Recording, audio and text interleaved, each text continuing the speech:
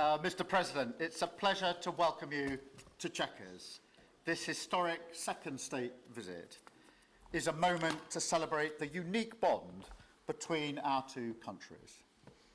But today we've gone far beyond that. We've renewed the special relationship for a new era.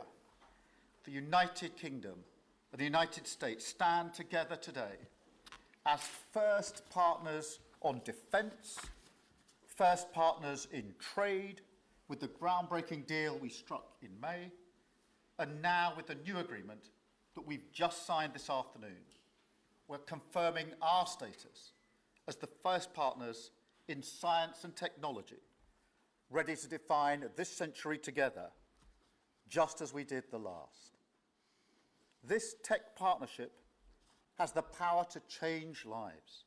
It's our chance to ensure that technologies like AI, quantum, and others amplify human potential, solve problems, cure diseases, make us richer and freer, strengthen the cause of democracy, not tyranny. This is the territory on which the future will be won. So this partnership today is a signal of our determination to win this race together and to ensure it brings real benefits in jobs, in growth, in lower bills, to put more hard-earned cash in people's pockets at the end of each month. That's what we're determined to deliver. And we're bringing businesses with us. We've just come from a fantastic meeting with business leaders where we set out this vision. They have responded with new deals and investment, breaking every record that we have. £250 billion flowing both ways across the Atlantic. That is a record. Expected to create 15,000 jobs here in the United Kingdom. High-skilled jobs in cutting-edge sectors where people can build careers for the long term, changing lives in communities up and down our country. And look, while we shape this bond for a new era, the fundamentals have not changed. Security remains the cornerstone of this special relationship. We have the deepest, most advanced defence relationship in the world. Our warriors train together and they fight together. Our industries build together, everything from fast jets to the new AUKUS-class submarines. So now, as we drive up defence spending, we're going to sweep away the barriers to working together on new defence technologies so we can stay ahead of our adversaries. We're united in defence and security, yes, absolutely. But we're also united in the pursuit of peace.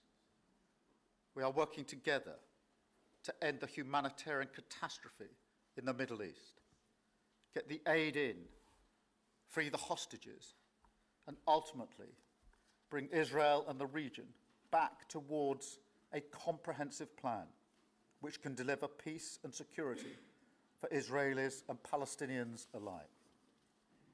We're also working together to end the killing in Ukraine.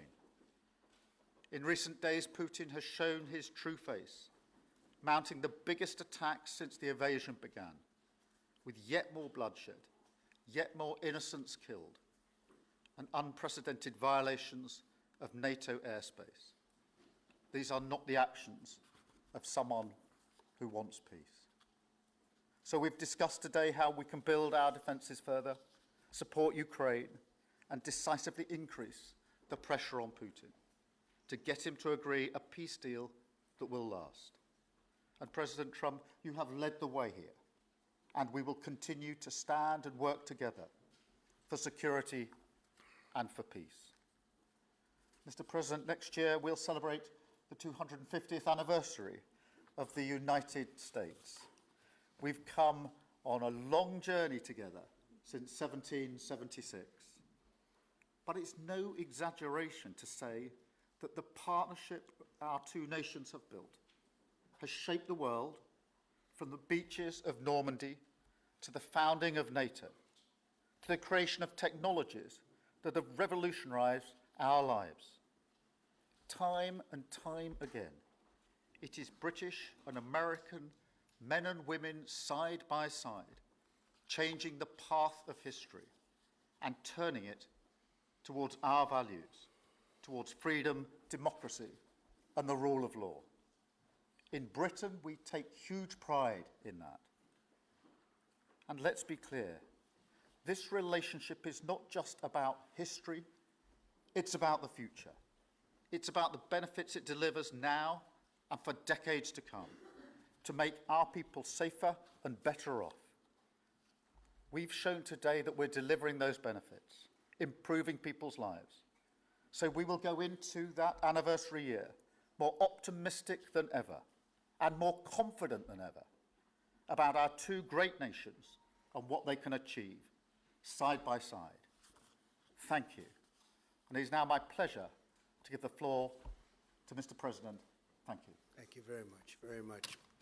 Prime Minister Starmer, Melania and I are tremendously thankful for the wonderful hospitality that you and Lady Starmer have extended today at Chequers. Quite the place, I must say, quite the place. And we're grateful beyond words for the spectacular honor of the state visit yesterday at Windsor Castle, hosted by His Majesty King Charles III and Her Majesty Queen Camilla. These are two fantastic people. We will never forget it. As I said last night, the bond between our countries is like no other anywhere in the world. The United States and the United Kingdom have done more good on this planet than any two nations in human history. That is thanks in large part to the traditions of British liberty, which grew up on these isles, these beautiful, magnificent isles, and were carried by our ancestors to the New World. We're forever joined, and we are forever friends, and we will always be friends. This enduring connection is why I was thrilled that the United Kingdom was the very first country with which we made a historic trade deal, and a very good trade deal. He's a tough negotiator. I think it was a better deal for you than us, but these are minor details.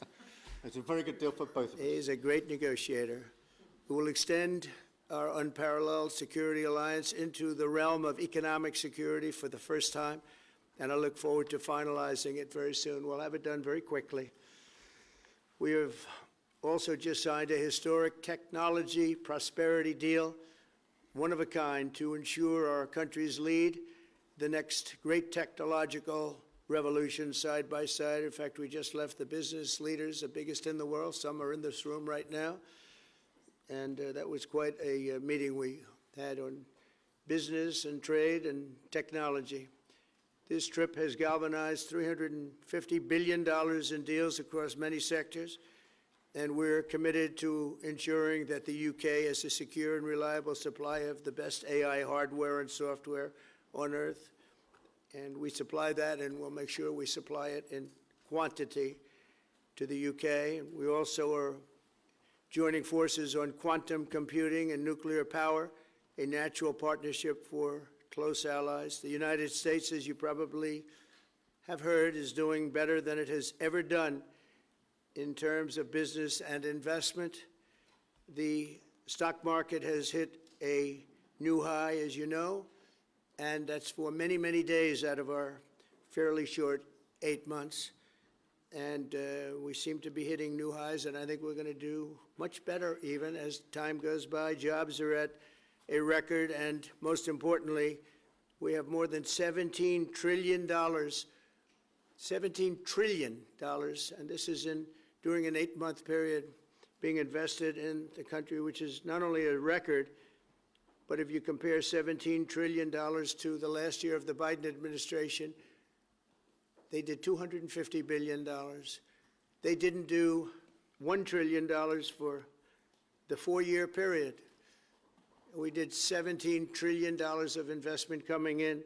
A lot of it's because of tariffs, and a lot of it's for a lot of other reasons, but there's never been anything like it. It's an economic superstar. That's what's become. It was mismanaged and badly handled for a long period of time, but it's not badly handled anymore. So that's a record, and remember, that's up until 8 months. We have another few months to go, and that number is going to get significantly higher, especially if we win a certain case that we're waiting to hear.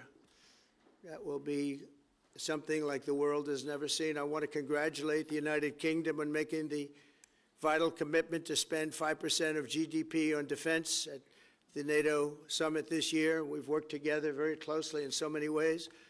I'm very honored to tell you that we've solved 7 wars, wars that were unsolvable, wars that couldn't be negotiated or done. The U.S. has done 7 of them. The one that I thought would be easiest would be because of my relationship with President Putin, but he's let me down. He's really let me down. It was going to be Russia and Ukraine, but we'll see how that turns out. But that turned out to be, I thought it might be among the easiest of the group, but we had settled just about every conflict, and as you know, we're working very hard on Israel and Gaza. All that's happening over there. Complex, but it's going to get done. It'll all get done right. And likewise, Russia and Ukraine will get done. But you never know in war. You know, war is a different thing. Things happen that are very opposite of what you thought. You thought you were going to have an easy time or a hard time, and it turns out to be the reverse. As we saw in the unforgettable parade yesterday at Windsor Castle, what a place it is. The British Armed Forces carry on one of the finest military traditions in the world, one of the greatest marching bands, one of the most magnificent sights I've seen. I know that our service members look forward, and we do look so forward to working even more closely with yours as you push toward that 5% goal. And I think, Mr. Prime Minister, you're just about there. You're going to be there very quickly, along with a lot of other great countries. I want to thank NATO and our wonderful head of NATO, who's really worked very hard, Mark, for the job they've done. As you know, NATO is at 2% GDP, and they didn't pay it. Now they're at 5%, then they pay it. And we appreciate that. And we're sending a lot of weapons to NATO. NATO is paying for those weapons in full. But we're sending them, and we're doing a great job at getting them what they need. And we appreciate the fact that they're taking care of it, because the United States is into that war for $350 billion. And just really very sad. It just got out of control. They didn't know what they were doing. But over the generations, British and American warriors have shed their blood side by side in defense of liberty and freedom. And that's why it's so imperative that the United States and the United Kingdom stand together for these fundamental rights and values of the English-speaking world. And we've always stood together, and we will continue to. Just last week, a great American, Charlie Kirk, was heinously assassinated for speaking his mind. He was a great young man, incredible future. Some people said he might be president someday. I told him, I said, Charlie, I think you have a good shot someday at being president. And he just wanted to take care of youth. He loved youth. I've never seen anybody relate to youth like Charlie, and they related to him, and they're devastated. But I appreciate the many British citizens who have offered their condolences. And again, Charlie was a great person. We'll be going out to a service on Sunday. I'll be leaving with some of the people in this room just to celebrate Charlie and all that he's done. So incredible. Never seen anything like it. But I hope that together our nations can lead a movement to defend the glorious traditions of freedom on both sides of the Atlantic. There could be no greater tribute to the immortal bonds of affection and loyalty that unite the British and the American people for all of time. We have a relationship like no other. It will always be that way. We will always be united. We'll always be together. And I just want to thank you, Mr. Prime Minister, for the great job I think you're doing. Thank you very much. Thank you.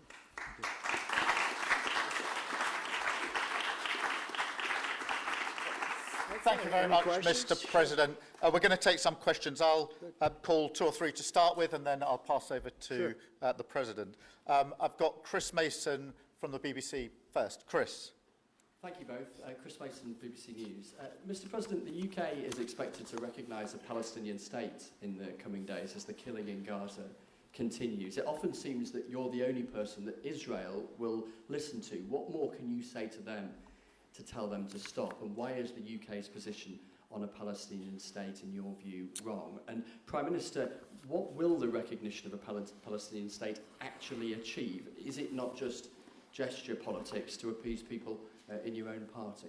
Thank you both. Well, Chris, let me just start with that because we discussed this amongst other things. We had the best part of an hour, I think, upstairs earlier today, just one-to-one, going through a number of affairs, world affairs, in private.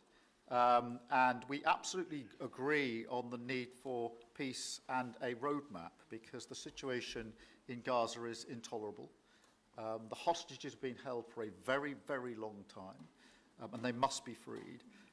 And we need aid to get into Gaza at speed. And so it's within that context of a plan for peace, which we're working hard on, which not only did we discuss this morning, but our two teams have been working together on, that the question of recognition needs to be seen. And so it's part of that overall package which hopefully takes us from the appalling situation we're in now to the outcome of a safe and secure Israel, which we do not have, and a viable Palestinian state. Thank you. Well, simply, I want the hostages released now, right now, not 1, 2, we'll give you 3 more tomorrow, and, you know, like it's been, but we're the ones that got all the hostages released. We got many, many came to the Oval Office, and I've heard stories like I've never thought even possible. There was no humanity, no anything. I said to them, I said, was there any warmth shown during this stay? Like they offered you a little extra meal, they gave you a little smile, and they said, don't worry, you'll be okay. And every one of them said, not even a little bit. Amazing, you know, to think that during this stay, long stay in some cases. We had a man the other day, 451 days he was there. I always ask that question. And was there any warmth shown? Just a little word of, you know, encouragement. And the answer is every time, absolutely not. I'm shocked to hear it, because in the worst cases, there's always somebody that comes through. We have to remember October 7th, one of the worst, most violent days in the history of the world, not just there, the history of the world. And I got to see the tapes, and I wish I didn't see them, actually, but I got to see them.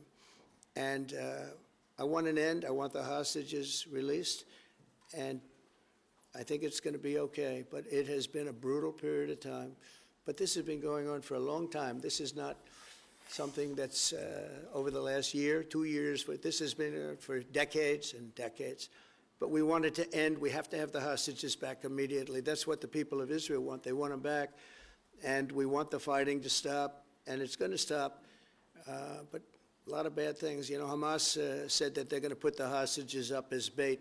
They're going to put the hostages in front of any attack. And that's pretty brutal. We haven't heard that one in a long time. So we have to remember that. So I have a disagreement with the Prime Minister on that score. Okay? One of our few disagreements, actually. Great. Can I take Jack from The Sun? Jack. Thank you both. Jack Elson from The Sun. Mr. President, in the 9 months you've been in office, you've been incredibly successful in all but eliminating crossings on your southern border. Yeah. Meanwhile, illegal migration is at record levels in Britain. The Prime Minister is trying to tackle that. What advice would you give to the man standing next to you on trying to stop illegal migration in Britain?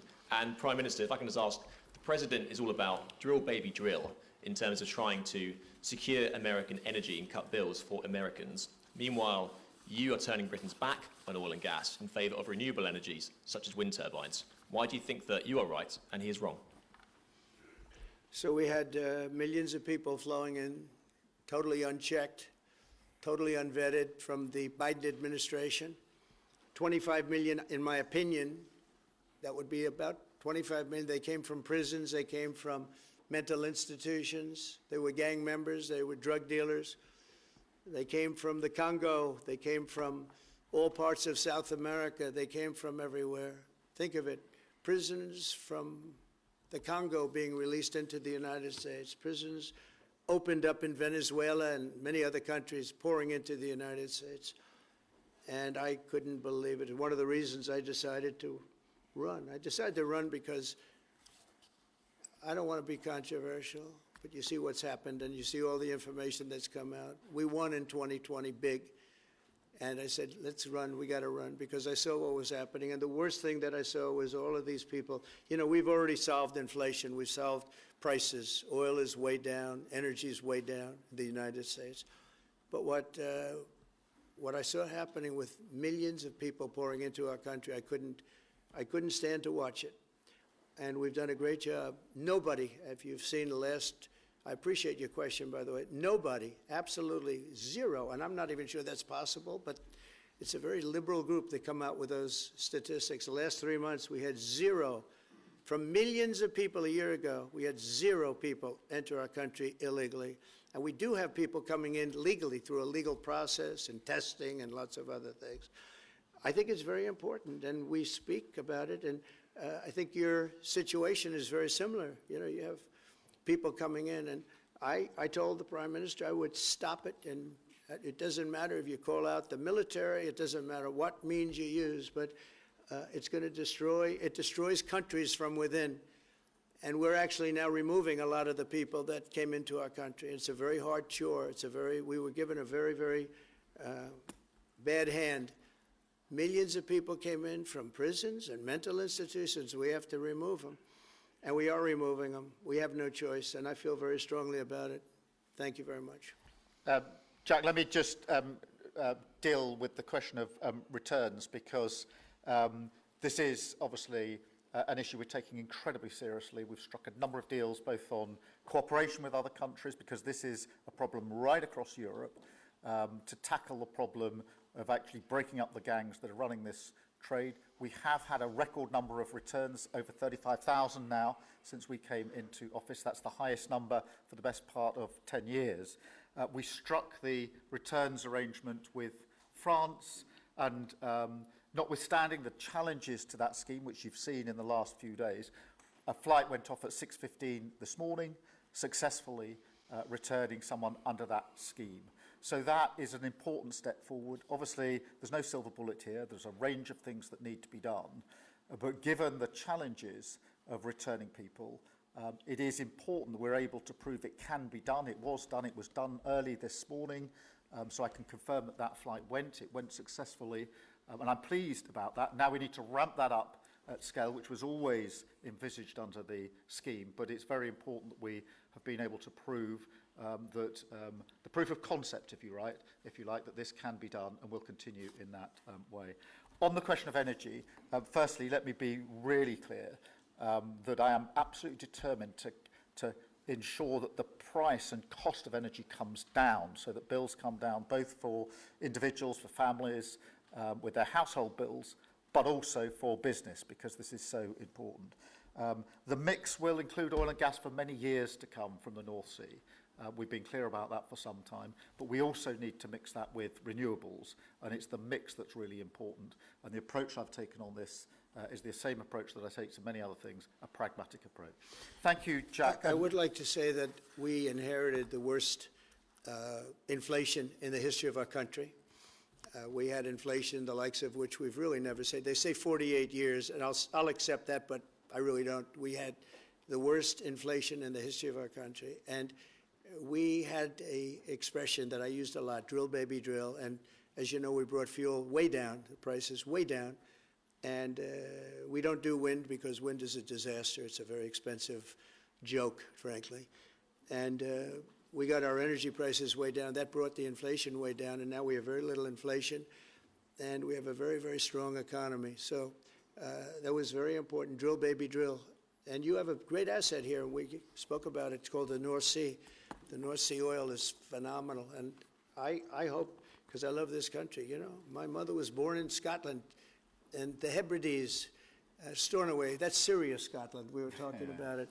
And I want this country to do well, and you have great assets that you're going to start using, I believe, under this Prime Minister. Thank you. And I've got Matthew from The Economist.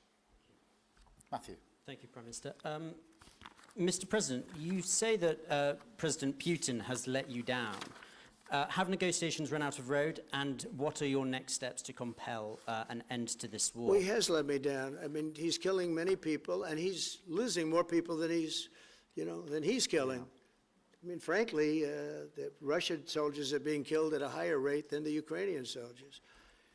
But, yeah, he said, let me down. I don't like to see. It's death. You know, it doesn't affect the United States. We have, other than unless you end up in a world war over this thing, you could. This was a thing that would have never happened had I been president. If I were president, it would have never happened. And it didn't happen for 4 years. Most people agree it didn't happen, nor was it close to happening. And I spoke to President Putin about Ukraine. It was the apple of his eye. I've said that many times. It was. But he would have never done what he did, except that he didn't respect the leadership of the United States. They just went through the Afghanistan total disaster for no reason whatsoever. We're going to leave Afghanistan, but we're going to leave it with strength and dignity. And we're going to keep Bagram, the big air base, that one of the biggest air bases in the world. We gave it to them for nothing. We're trying to get it back, by the way. Okay, that could be a little breaking news. We're trying to get it back because they need things from us. We want that base back. But one of the reasons we want the base is, as you know, it's an hour away from where China makes its nuclear weapons. So a lot of things are happening, but I am very disappointed in the fact that that one's not settled. To think that we settled Azerbaijan and Albania, as an example, it was going on for years. It was never going to be settled. If you remember, the prime minister and the presidents, they were there for many years. They said, when they were in my office, we settled. And they started off at both sides of the Oval Office, so far away. I didn't know you could be so far away. And as we were together for an hour, they kept getting closer, closer. And by the time we finished, we all hugged each other. And one said, I've been in this position for 22 years, and all I've done is kill their people. The other was there for 7 years, and all he did was kill their people. And we got it settled. And we did others, as you know. The Congo, we settled the Congo with Rwanda. That was going on, and that was a machete war. That was a gruesome war. Many people, close to 10 million people killed. We got that settled.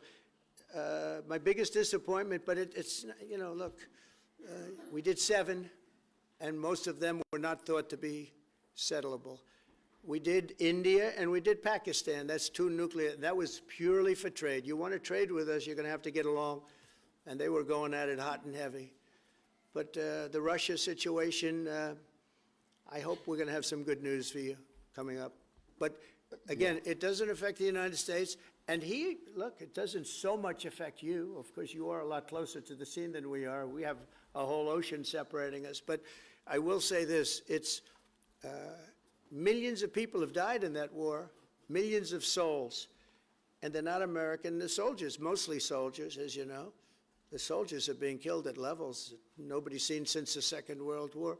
But they're being killed, and I feel I have an obligation to get it settled for that reason. Thank you. And just to add on that question, because we have to put extra pressure on Putin. And it's only when the president has put pressure on Putin that he's actually shown any inclination to move. So we have to ramp that pressure up. I think it's important to have this conversation in the context of what's happened in recent weeks. We saw damage and bombing to the British Council in Kyiv. These are targets that it was thought until recently were not targets that would be hit. The British Council, the European Union Embassy, the Council of Ministers, where President Zelensky's ministers' work was hit. Again, these were thought to be places that wouldn't be hit. And then the incursion into Poland last week. And if you put that together, what you can see is either an emboldenment or at least an increased recklessness on Putin's part. And that's why I said earlier that they're not the actions of someone who wants peace. So we have to ramp up. And we discussed earlier today, we have built the coalition of the willing with British leadership and French leadership, stepping up with military planning in the seas, in the sky, on the ground, and ramping up what we do with the Ukrainians themselves. And of course, that taken with an American guarantee is now an example, I think, of the challenge of Europe stepping up to the plate, which it has done in the last few months, to show through what we and the French have done that we're prepared to take the lead in this and take the necessary measures. But that's a war that could have been a third world war, and I don't think we're going to be there now. But that was heading to a third world war. And what a shame it is. What a shame it is. Mr. President, do you want to call some of the... I would love to call a outlets? few of them. Bev, do you want to have a question? I'm going to come back to you. Bev Turner, GB News. Thank you. Having been in DC for a few weeks, it's really interesting to see how you run the country as a proud Christian leader. And it really begs the question to the Prime Minister, if you don't mind, are we still a Christian country? But also... When you say we, are you talking here or? Here, the Here? UK. I'm still British. I might I'd live in rather have America, I'm him still answer that British. question. But also... I can't give you that answer. That's for the Prime Minister, but also, despite what we talked about in Scotland a few weeks ago, we still have 12,000 people a year here being arrested for social media posts, for free speech violations. Does that not remain an important area that there is still a lot of disagreement on? I'd like to have you answer that. Yeah, look, I mean, in terms of a Christian country, I was christened, so that is, my church has been all my life, and we are, that is wired into our informal constitution. Of course, we celebrate many other faiths as well, and I'm really proud that we're able to do so as a country. And on free speech, that has long lived in this country, free speech. It's one of the founding values of the United Kingdom, and we protect it jealously and fiercely, and always will, and we will bear down on any limits on free speech. I draw a limit between free speech and the speech of those that want to peddle paedophilia and suicide social media to children, and therefore I'm all for free speech. I'm also for protecting children from things that will harm them, paedophiles, those that peddle suicide, which has had a terrible consequence for individual, particularly teenagers. And so that's the balance we strike. But we have had freedom of speech in this country for a very long time, and we will always protect it. Thank you. Thank you very much. Brian, please. Thank you. Prime Minister, it's good to see you again. You have a beautiful country. Thanks for having us. Thank you for being Two here. questions. One, just recently, President Trump labeled Antifa domestic terrorists. Would you consider doing something like that in your country? Well, we obviously will take decisions for ourselves. I don't want to comment on the decisions of the President, but we take our decisions ourselves. And my question to you, President Trump, is there any update on the auto pen?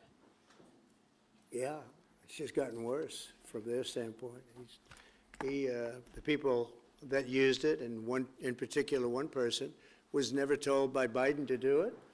Only spoke to Biden twice, and that was just talking about the weather, not talking about any order. And he was taking orders from people other than Joe Biden. Joe Biden wasn't giving those orders. You know, Joe Biden didn't believe in open borders. He didn't. I've known him for a long time. He was never the brightest bulb in the ceiling, as we know. You can go back 40 years ago and you'll see that. Go back and take a look at the hearings on Justice Thomas, and you'll see that very much. But he didn't believe in open borders and all of this nonsense that they're peddling now, which is why they're not in office any longer. It's a shame. The auto pen was illegal. It was illegally used. He never gave the orders. He never told them what to do. And I guess the only one he signed, or one of the few he signed, was the pardon for his son. But you had the congressman who, when they got the information, they found out they were guilty, and they deleted and destroyed all information, everything. You couldn't get any of it. They found out that Nancy Pelosi actually was offered the 10,000 soldiers, and she turned them down. They found out many things that were very bad. So they deleted and destroyed all information. You talk about freedom of the press and freedom of speech. How about that one? And there's not a thing. This is after a year and a half of hearings. They destroyed everything. And somebody's got to be held responsible. So Biden, what he did is they knew, I don't think he knew, but somebody knew. I don't think Biden had a clue about anything, if you want to know the truth. But they gave a pardon to those Congress people. They gave a pardon. Those people are so guilty. They gave a pardon, but Biden didn't know about it. The people, whether it's Lisa or any of those people in there that really ran it. I know them all. And they're sick people. They're smart people. They're very smart. They're probably brilliant, but they're sick in ideology. And they were running the auto pen. And it was totally illegal what he did. And I hope it's going to be so adjudged. Do you want to take one more, and then I'll Okay. go back to some British? Let's see. Peter, go ahead. Thank you, President Trump. In the deal that you're working on for the Chinese to sell TikTok to Yeah. an American buyer, Yeah. are the Americans going to have to come up with their own algorithm, or are they going to continue to use the successful but addictive Chinese algorithm? So what we're doing, and we're speaking to President Xi on Friday to see if we can finalize something on TikTok, because there is tremendous value, and I hate to give away value, but I like TikTok. It helped get me elected. In fact, Charlie said, "Sir, you ought to get on TikTok. You'd be great." I said, "Really? Tell me about TikTok." And we, as you know, we did unbelievably well with youth, like at a level that no Republican has ever even dreamt of. And in what, look, I think we won it for a lot of reasons, but that was a reason we won the election by such a big number. TikTok has tremendous value. The United States has that value in its hand because we're the ones that have to approve it. I specifically get the right to approve it. The people that are investing it are among the greatest investors in the world, the biggest, the richest, and they'll do a great job. And we're doing it in conjunction with China. But we are getting, the United States is getting a tremendous fee plus, I call it a fee plus, for just making the deal. And I don't want to throw that out the window. I can say this, that you'll have a lot of very unhappy youth. And I use TikTok very legitimately, very straight, just statements every day, little statements, short statements. "Sir, make it short, please." And TikTok Jack, we call him. It was pretty good. Did a good job for me, I guess. But no, I'd rather reap the benefits. I mean, the kind of money we're talking about is very substantial. And it'll be owned by all American investors and, the best investors and the, very rich people and companies are going to be owning it. Very, very straight, very legitimate companies, and really companies that love America. So they're going to be owning it. It's a big thing. And on a much bigger scale, and probably that's why we were able to get that, but on a much bigger scale, we're pretty close to a deal. We may do an extension with China, but it's an extension based on the same terms that we have right now, which are pretty good terms. And my Thank question for Prime Minister Starmer, if you feel so strongly about officially recognizing Palestine for statehood, why are you waiting for President Trump to leave the country? Why can't you just do it right now? And isn't there a risk in rewarding Hamas with that? Well, let me be really clear about Hamas. They're a terrorist organisation who can have no part in any future governance in Palestine. And That's good. what happened on October the 7th was the worst attack since the Holocaust. We have extended family in Israel. I understand firsthand the psychological impact that had across Israel. So I know exactly where I stand in relation to Hamas. Hamas, of course, don't want a two-state solution. They don't want peace. They don't want a ceasefire. So I'm very clear where I stand on Hamas. Okay. On the question of recognition, I made my position clear at the end of July as to the timing, which has got nothing to do with this state visit, and I've discussed it with the President, as you would expect amongst two leaders who respect each other and like each other and want to bring about a better solution in the best way that we can. Thank you so much. Can I go back then to Robert at ITV? Robert Persson, ITV. Mr. President, you uniquely, you alone in the whole world, have the power to persuade Prime Minister Netanyahu to stop the demolition of Gaza City, to stop the starvation of Palestine, and to stop the killing of civilians. If not now, when will you exercise that It'll all power to happen. tell him to stop? Sure. And then for both of you on... But you do understand about October 7th. You I'm a do Jew, understand. so believe me, I understand One of the about it. worst days in the history of humanity. What happened, I have seen the tapes. Babies that are 4 months old and just chopped up to pieces. And you've seen the tapes and I've seen the tapes. You're a professional and so am I. And people forget about October 7th. I can't forget about it. So I want it to end, but I want the hostages back. I don't want the hostages used as human shields, which is what Hamas is threatening to do. But as soon as they're back, that's the moment you will tell Netanyahu Well, to stop. it would certainly help, but I have to have the hostages back. And I don't want them back piecemeal, as I said before. I want them back. And on a separate issue, free speech, your Vice President Vance said that free speech is under attack in the UK. Do you agree with him? And Prime Minister, we saw the dismissal of a very well-known chat show host in America last night, Mr. Kimmel. Is free speech more under attack in Britain or America? Well, Jimmy Kimmel was fired because he had bad ratings more than anything else, and he said a horrible thing about a great gentleman known as Charlie Kirk. And Jimmy Kimmel is not a talented person. He had very bad ratings, and they should have fired him a long time ago. So, you can call that free speech or not. He was fired for lack of talent. Yeah, please, go ahead. Yeah, I mean, firstly, on the question of Charlie Kirk, can I just express how shocking that is, I think, to everybody who believes in free speech and in democracy. It sent shockwaves through the world, and I know that he was a friend of the president, and I reached out straight away to the president because I understood how impactful it would be on him and his family.